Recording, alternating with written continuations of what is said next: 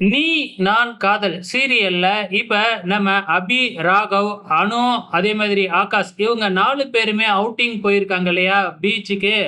அங்க அனுவும், ஆகாஷும் தனியா போயிடுறாங்க. அதே டைம்ல நம்ம அபியும், ராகவும் இந்த பக்கம் தனியா டைம் ஸ்பெண்ட் பண்ணிக்கிட்டு இருக்கிறாங்க. நம்ம அபி அழகா மணல்லயே வந்து பார்த்தீங்கன்னா, ஒரு சிலை மாதிரி செஞ்சுகிட்டு இருக்கிறாங்க.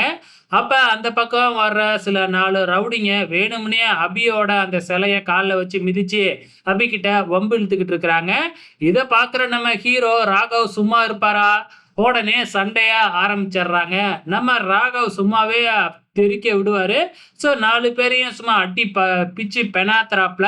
ஸோ நம்ம ராகவ் எப்படியோ அவங்க 4 பேத்தையும் அடிச்சு விரட்டிடுறாரு. இதுக்கப்புறம் என்ன நடக்கும்? நம்ம அபியோட மனசுல நம்ம ராகவ் ஒரு ஹீரோ ரேஞ்சுக்கு போக போறாரு. நமக்குன்னா இவரு வந்து இப்படி சண்டை போடுறாரே! அப்படின்னு சொல்லிட்டு நம்ம அபிக்கு ராகவ ரொம்பவுமே பிடிச்சிரும். என்னதான் இருந்தாலும் ராகவ் இன்னும் அபி மேல அந்த தப்பான எண்ணத்தோட தானே இருக்கிறாப்ல.